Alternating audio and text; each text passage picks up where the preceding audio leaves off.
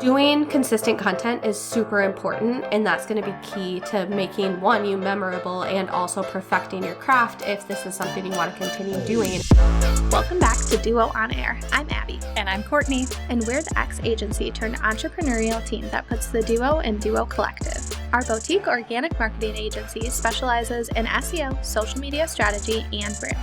We're an everyday pair of business besties / marketing experts obsessed with helping our community learn more about what it takes to run a business. Which is why on Duo On Air, we're not holding anything back. We're giving you all the info we know about how to grow your business organically so you can be the confident CEO you were made to be.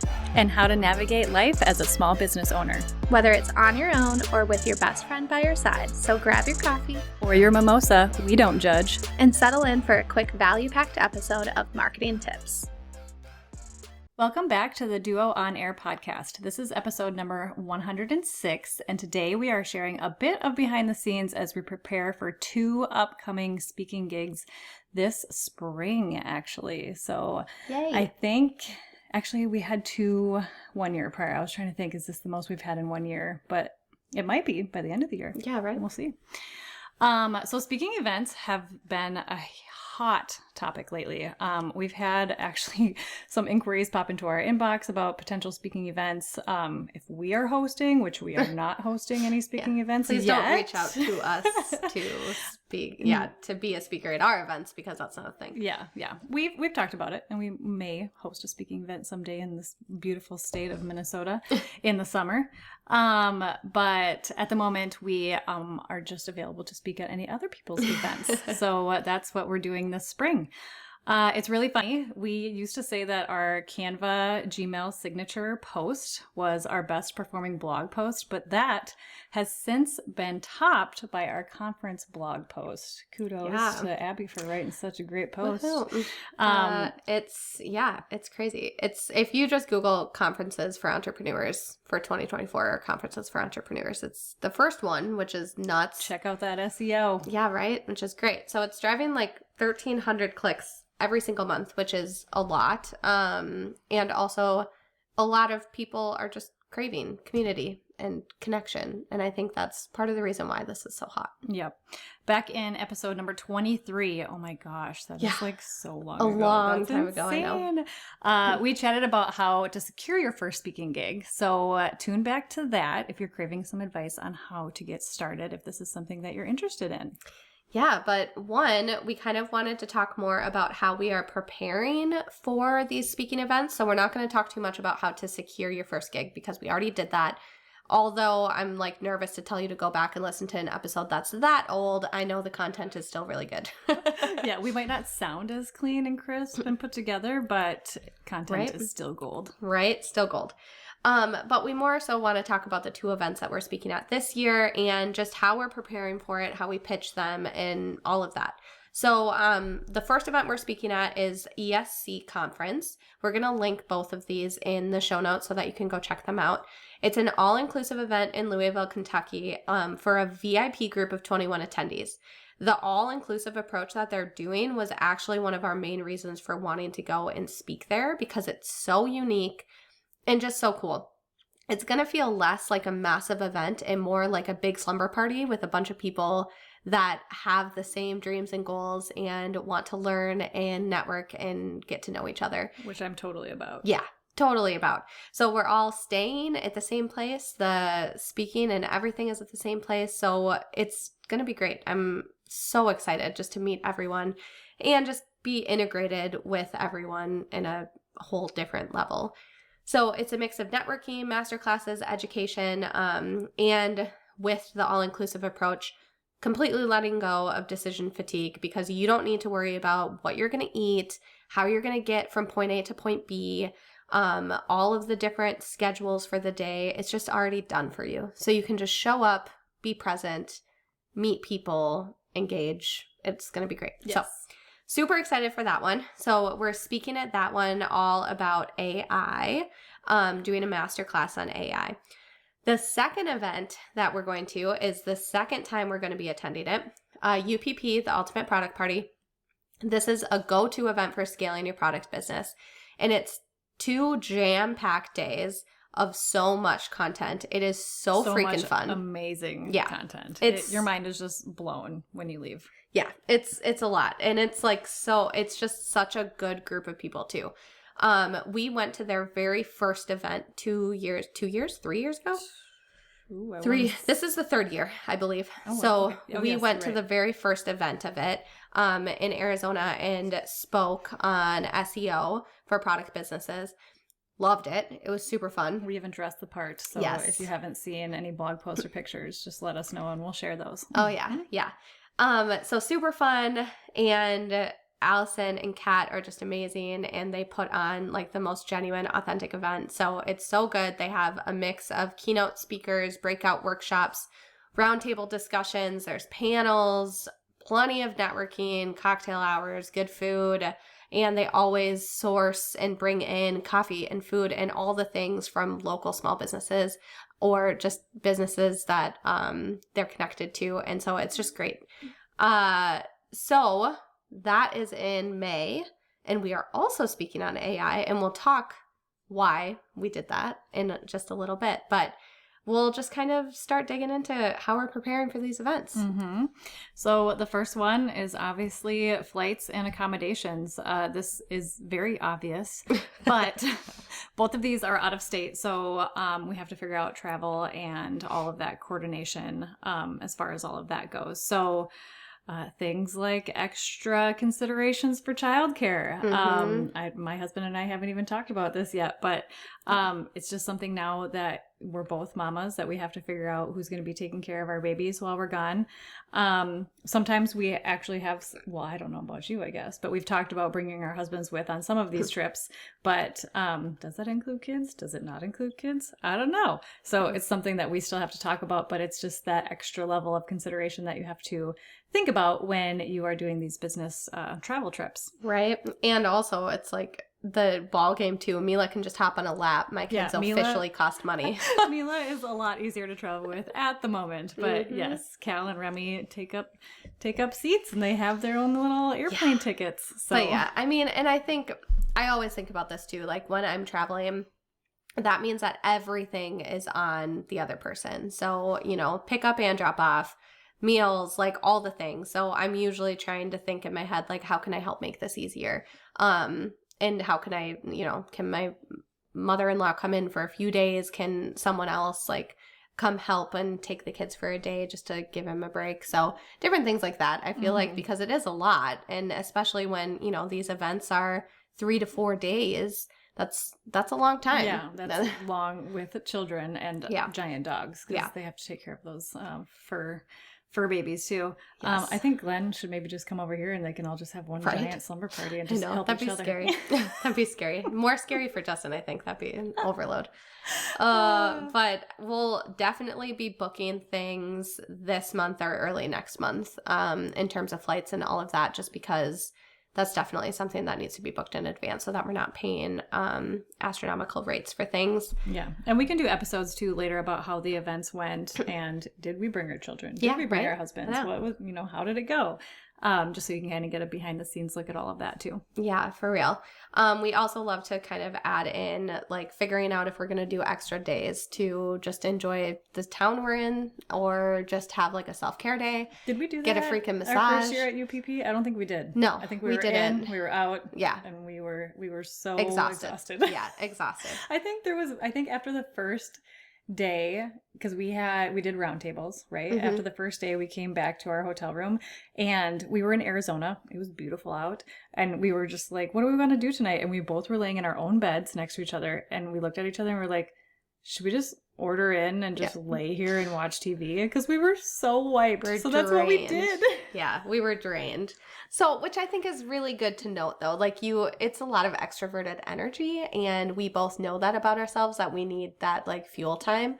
So I think, and it's more important for us to have that fuel time at the end of the event.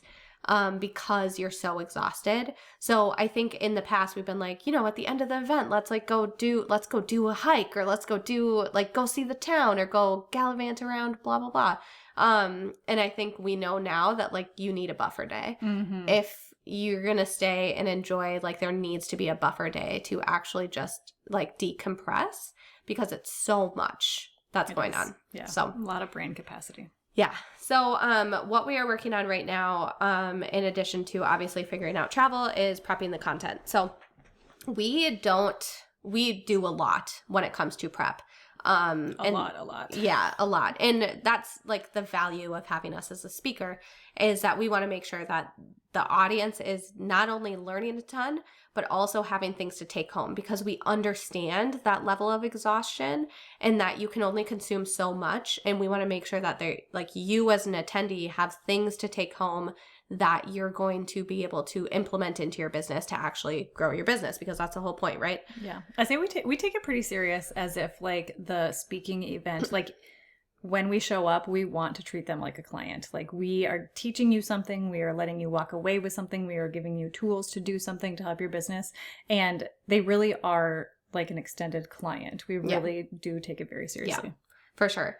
So we think about the presentation, like how we're delivering. So both of these, we are in the education sector of speaking. So one's a master class, another is, I cannot remember what the table is called, but we're speaking in like smaller sessions to the full group that will cycle through. So both being educational, we need to make sure we have a presentation, something that we can walk through. Also having takeaways, again, so that you have something that you can take home. And then we always love to do like some fun promotional materials. So last time we brought some sweatshirts and we had giveaways at our table, different things like that, just to kind of make it fun and also deliver your brand in a fun way and have people be able to take it back home with them. So yes. We also very strategically chose the topics to be similar, because these two events are they're less than a month of each other, which is crazy. And we want to make sure that the content is really good. So the content is very similar, but it will absolutely be customized to the audiences. We know that at the ESC conference, it's going to be a mix of product and service-based businesses.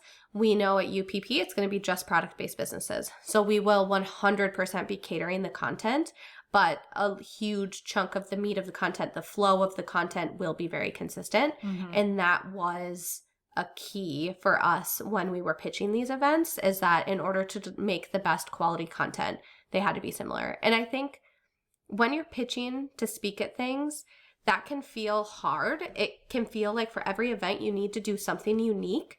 But actually, if you ask the most prominent speakers out there, people who are doing keynotes, they have the same keynote every single time. Yep. They are not changing it. They are doing the same thing and they're perfecting it again and again and again. And that's okay. And tweaking it probably ever so slightly for every speaking event they have, but nothing major. So doing consistent content is super important. And that's going to be key to making, one, you memorable, and also perfecting your craft if this is something you want to continue doing and speaking at events moving forward. Also making sure that the event topic, I know we're not talking specifically about pitching, but I'm just going to drop this in here, is relevant. So obviously, like, AI is super relevant right now for a lot of businesses, service or product. And I think people, there's some people that are embracing it. There's some people that are scared of it. There's some people that just simply don't understand it. So we knew that this was a super relevant in the moment topic that was something that most of these businesses are probably really interested in or want to learn more in or want to dabble in, and just need some experts to talk to them about it, provide them resources and all of that stuff. So if you are in the pitching phase, just make sure it's really relevant to the time of year, era, season, whatever, and then make it even more relevant for, product-based services or people who are only doing service-based businesses. So I think that's a huge piece of it too. Absolutely. Both of them were very excited that we were going to talk about AI. So I'm excited. I know. It'll be great. Us too. We are. And we talk about it a lot. We'll bring some of that content to the podcast too, but it's going to be great. And the last bit for prepping the content, my all-time favorite piece of speaking events, which is Abby's probably absolute least favorite piece, is finding all the swag and the gear and our outfits and our theme. And Abby's like, yeah, you go, girl. I'll put on whatever you tell me to put on. As long as there's no dancing involved, I think Abby will do the majority of what I ask her to do. Yeah, clearly no dancing Or will singing, be dancing but- or singing. No, then I'm not playing. We like to bring fun. We're serious, but we're also really fun. Yeah, outfits I'm all about, as long as you source them. So you see how I didn't even put that in the notes here of like what we're going to talk about is sourcing outfits, because I didn't even think about it, because that's always because that's the number one thing on my I know. prepping. Add it to your sauna board. Yeah. So outside of prepping, planning outfits, all that fun stuff, there's also a few legal things to think about. So if you are planning to speak at anything, make sure you always review the contracts, because you can have different requirements depending on what they're asking of you. So you could need to promote the event a certain number of times. You could need to review or supply speaking materials early. All of that kind of stuff is going to be laid out in the contract of what your responsibilities are. So that's super important, because obviously this is a contractual event, and making sure that you're following through on what you're doing is key, and you want to make sure that you're supporting the event in the best way possible. So super important. Which brings us to our next one, which Abby briefly just mentioned, is promoting the events. So usually this is required. Obviously, if somebody's throwing an event, they want you to promote it. You're going to be there. They want you to talk about it. They want you to get your audience excited about it, because maybe they are looking for this exact speaking event to attend. So promoting it is amazing. And even if this wasn't required, we love to do it, because we love being a part of these speaking events. We love these communities. We love what we talk about and what we educate, and just meeting new people. So we want you there. So we're going to promote it regardless. But usually this is something that is a requirement. And a lot of the times you don't even have to think about it. They usually build out templates. They usually give you a script to put into your Instagram or into any sort of promotional material that you're going to be using. So a lot of the times they do the work for you, and you just have to hit publish. Yeah. So it's really slick. It is pretty slick. And then finally, a big thing that we love to do is make connections before the event. And I think whether you're attending an event or speaking at an event, I think this is super important.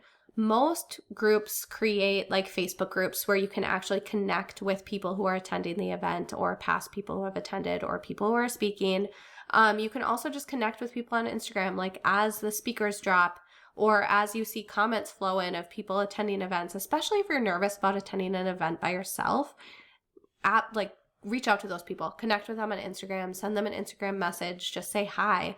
I think that's so important, just to help make those connections. Honestly, some of our like greatest business friendships have started at events. Yes. So I think it's just so powerful to actually get to meet these people in person.